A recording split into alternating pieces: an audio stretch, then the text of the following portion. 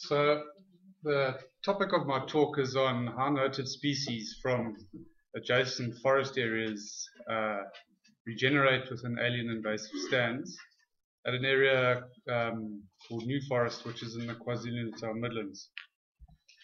The study that I was a component of was part of a broader study which was partaken by the Water Research Commission, and looked at water use and the ecology of mixed indigenous and alien plant stands in riparian environments. We had 3 sites in the project. First site was in the Western Cape in southern Afro-temperate forests. The site that I worked on was in Eastern Misbelt Forest in the KwaZulu-Natal Midlands. And then we've got another site in northern coastal forests in Maputaland. So some of my colleagues they actually measure the sap flow of indigenous pioneer tree species and eucalyptus and wattle, etc., to determine how much the water use difference is. The component of the study that I did was on the actual ecology of the species and how they got there. So the ecological theory behind that we based all our work off looks at that in the correct context, shade-tolerant native forest species have the capacity to regenerate within alien plant stands. Locally, there's been quite a bit of work done mostly by Geldenhuys, and internationally, a guy called Ariel Lugo has done a lot of work on the Puerto Rican degraded forests. And essentially, if you have a look at the slide over here at the bottom, there's a kind of system that we think that happens, and that in a post-disturbance environment, you get aggressive colonizing of shade-intolerant alien plant species such as black wattle. And in that beginning session, you get what you can see there with all those short little arrows that are meant to look like trees. And there's nothing in the understory, and they're really, really tightly packed. And you can see as the successional process moves from left to right, and you get the alien plants grow up in senesce because they're generally quick growing. Shade tolerant species from the adjacent forest areas grow essentially in these stands. And the stands generally provide shade and the right microclimate if possible. So the objective of the broader study that we did was to understand the factors that influence the development of these native forest species within the alien plant stands. They're quite clear it's quite clear if you go and walk in any of these forests or these alien stands, if they're in the correct proximity to natural forest, is that you do get regenerating species, and we wanted to work out how this process was happening, and why. So as a component of my study, I looked at the effect that distance to native forest seed source had on forest regeneration at New Forest. We looked at 2 hypotheses. The first was that regeneration, which we measured as species abundance and species richness, would decline with an increase in distance from native forest. And the second hypothesis we looked at is would distance from native seed source influence plant species composition in the regenerating stands.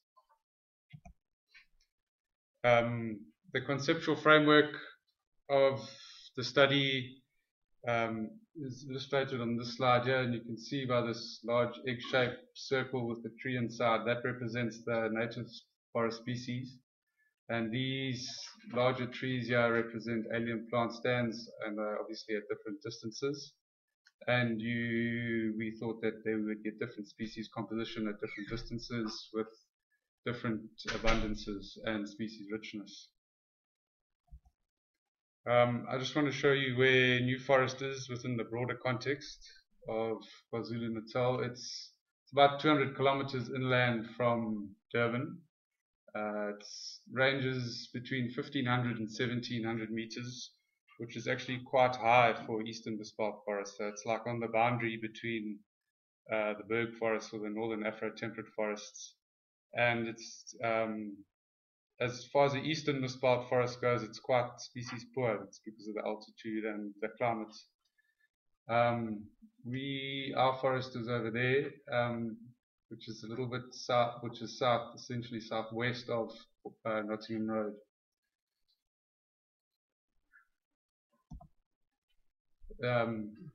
So back to this picture again. Besides a nice population of Scylla in the front there for Lau, I'm sure he's enjoying that. This is essentially New Forest Valley, and this is how the landscape would likely have looked before people arrived. Besides the road and the random stand of pines over there, this is the Umgeni River that runs up the valley like that.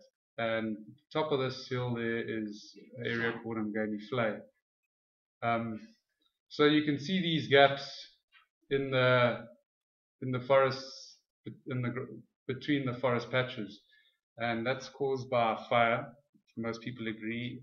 And all these forests are situated on the southwest or on the southern slopes. And if it weren't for fire, everybody kind of agrees that these forests would probably join up and the grassland would disappear, and this would all be one kind of big forest patch. So what happens,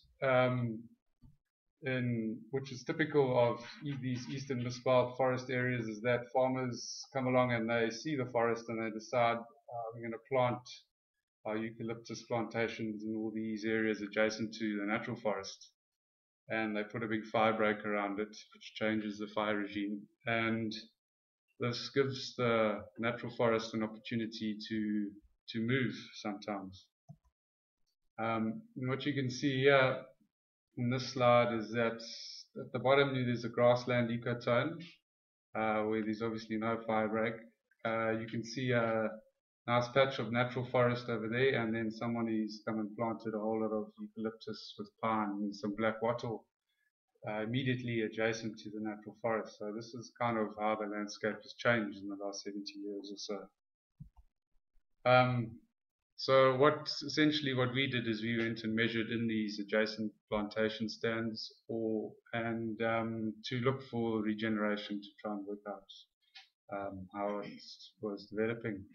We measured canopy trees larger than 5 centimeters at dBH within circular plots of 400 meters squared. And then we counted the regeneration within 100 square meter nested plots of all woody seedlings and saplings below 5 centimeters in diameter. Then we used linear regression and canonical correspondence analysis to try and make sense of the data. I just want to show you guys some of the sampling conditions and what it actually looks like in these areas. You can see most of it is all young, broken, thorny, scrub type environment, which isn't very nice to walk around in and measure stuff up, but you kind of get it done. And if you look hard enough, you see things like this, which is a sneezewood sapling coming through, and so that's what we counted, and that's what we were after. So the results from the sampling showed that we found 52 native tree and shrub species within 33 plots. Less than 5% of the canopy trees were indigenous, so it was evident that either the seedlings and the saplings weren't getting to the next cohort, or the stands weren't old enough, perhaps, because these areas do get disturbed from time to time by farmers come and cut them down, etc., etc. There were an average of 11 species per plot, and the average regeneration abundance was 5,700 stems per hectare. And you can see that figure over there tells you that there was quite a big difference between the highest and the lowest points. So there's quite a range between species abundance in the plots that we sampled.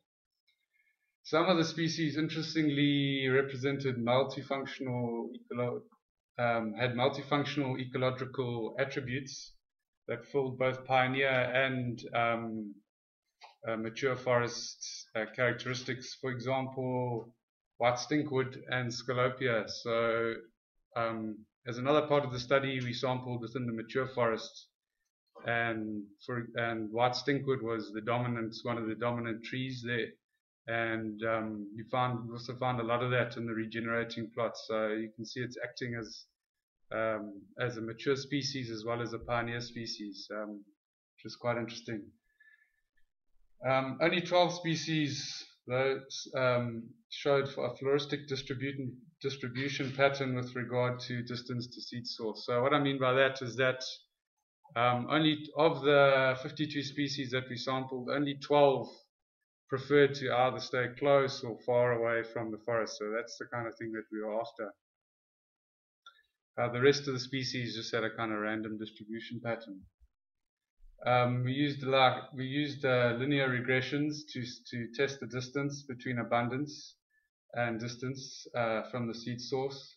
And you can see there was a negative correlation. Therefore, the further away, the less abundance there was. It's not a very good regression as far as regressions go, but it kind of does its kind of, I guess, what's the right word? It proves that there's some kind of relationship, and then you get the same kind of graph with richness and distance to seed source. These regressions tell us that although there's an indication that the distance had an influence between richness and density, that they weren't exactly the strongest relationships. And then the CCA showed us, which was very interesting in fact, it showed us that most species, of the 12 species that showed a pattern, preferred to regenerate closer to the forest source, and these were mostly, you can see that's Kigaleria africana, and there's Carissa bispinosa. These are all acronyms. So most of what you would consider mature forest species preferred to grow closer to the forest, while if you have a look, that's Ohote there, and that's a Budley over there. The guys that were wind distribute their seed by wind tended to prefer to regenerate further away. And then species like Hilaria and Cecia, which have smaller fruits and fruit prolifically kind of filled in that intermediate gap. So most of the species were within 40 meters, and then up to 700 or 600 meters for the wind distributed species. So what can we say about everything? The closer to the native forest, the greater the native colonization process seemed to be. The source of most of the native regeneration was from mature forest areas, and it appeared that it had the ability to expand into historical grassland areas, which had been subsequently afforested. And the wide scatter and low coefficient and determination of those linear regressions that I showed you told us that there were other non-measured variables that were influencing the regeneration process, which might be stem density or slope or soil type, etc., etc. Most species colonize within 40 meters of the native forest patches, while pioneer species colonized further away. This showed that the colonization process, appeared indicative of ecotone expansion from the forest edge in terms of mature forest species, as well as a longer distance cluster type expansion, which we saw from the pioneer species. And it was also apparent that trees with different dispersal characteristics were located at different distances from seed source, for example, wind versus bird dispersal. And it is likely that distance to seed source has more on an effect on the actual composition of these regenerating species than the abundance and species richness of the regeneration. So there's a couple of questions that still obviously need to be answered, like most things. And so why were there so few stems under the 5 centimeter, above the 5 centimeter cohort? Could we, by manipulating these alien plant stands, be able to facilitate the forest regeneration process, for example, thinning out? You should also not confuse forest restoration in historical grassland areas as an indicator to rehabilitate these areas to forest, because there are many factors that decide this. It might be useful in the sense, like a lot of projects that Errol works at, where the landscape has become so fragmented from fire that you actually can't put fire in there anymore, so it makes sense to develop it into a forest and not a grassland. This research can help in designing tree planting programs in restoration projects. And so to conclude, before removing alien plants in forest environments, perhaps we should have a look at the ongoing ecological processes and try to partner with them instead of fighting against them and causing disturbance. So I'd like to acknowledge the Water Research Commission and the Department of Forestry and Fisheries, my supervisors and Craig Morris for their time, and for the Farms New Forest Wakefield and I'm going to put for access to measure their trees. Thank you very much.